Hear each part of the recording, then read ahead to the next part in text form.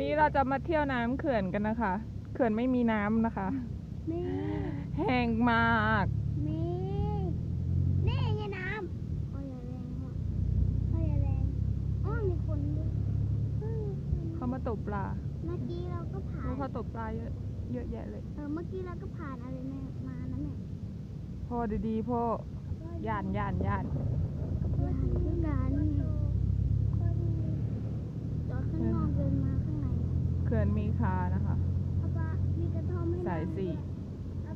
น้ำแห้งมากน้ำแห้งไม่มีน้ำค่ะน้ำแห้งมากเลยมีฝรั่งด้วยว้าวหญ้าเกี่ยวหญ้าไม่ให้ควายดูต้นเขาสิ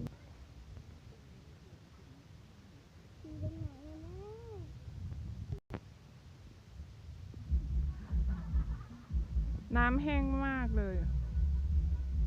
นานแล้วที่ไม่ได้มานะคะเขื่อนมีค่ะสายสี่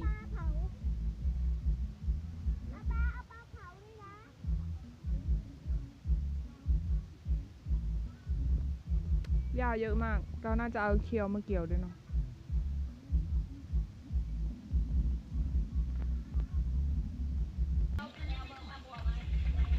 อีกฝั่งหนึ่งมีเลี้ยงแกะด้วยนะโอ้เลี้ยงแกะเลี้ยงแพะเลี้ยงแกะเดินเอาไปยืมให้ครับมันแม่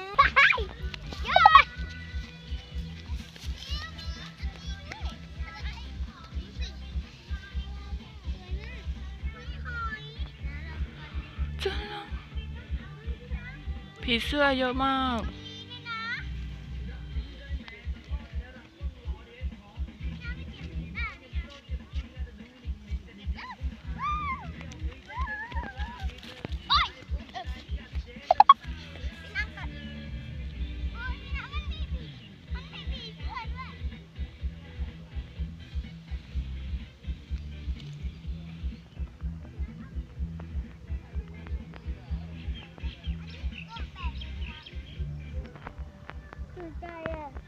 เปลือกหอยเต็มเลยเนาะน้ำแห้งมาก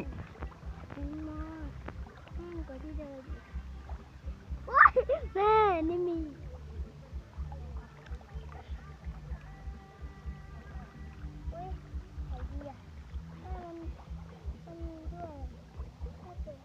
มันตายหมดแล้วหอยอะ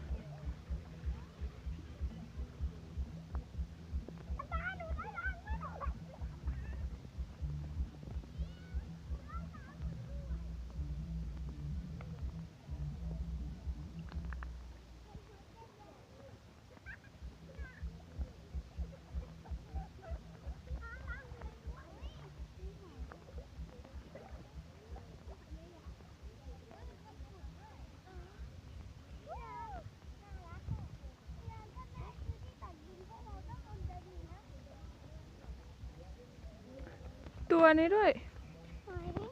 มันตายแล้วอันนี้มันคือจิ้งหรีดน้ำหรือเปล่าไม่รู้โอ้จิ้งหรีดจักรจั่นน้ำโอ้ยนี่จักรจั่นน้ำจักรจั่นนะำเปลือกหอยเต็มเลยค่ะโอ้ยน้ำนี่ตัวใหญ่อะ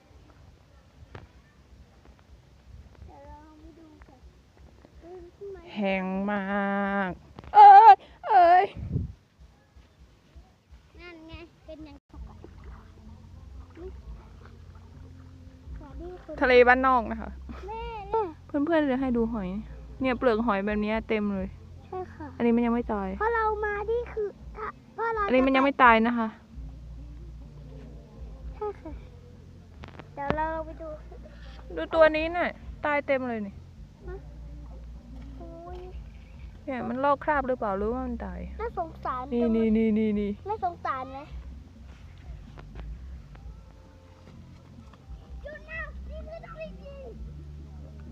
มันน่าจะร้อนเนาะ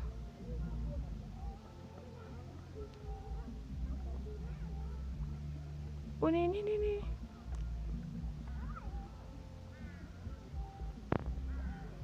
เขาเรียกหอยอะไรอ่ะเพื่อนๆรู้จักไหมหอยตลับเหรอ เยอะมากเลยเปลือกมันตายแล้วเปลือกมันมีแต่เปลือกมันเต็มเลยน้ำมันร้อนหรือเปล่าเนาะ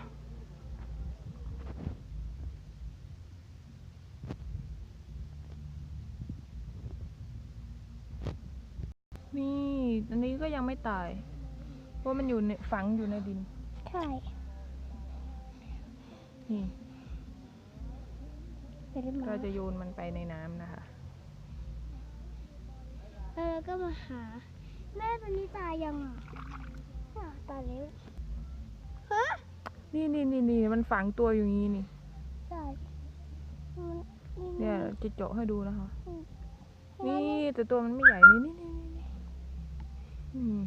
อุ้ย มันจะฝังอยู่ในทราย นี่ นี่ก็นี่ ตัวเล็กๆ ที่มีรูเนี่ย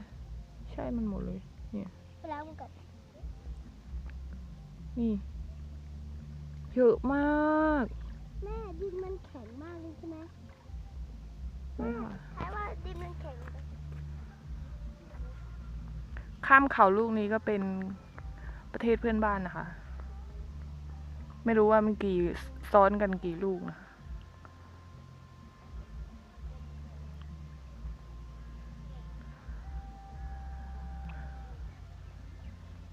ประเทศเขมรไปแล้วค่ะ พาเพื่อนๆมาดูแค่นี้เลยค่ะ ทะเลบ้านนอกเขาเล่นน้ำกัน อันนี้หอยกาบใหญ่นะคะ มันตายแล้ว ภาษาเขมรก็เรียกกลุ่มอ่ะ ภาษาไทยเขาเรียกอะไรก็ไม่รู้ ปูหิน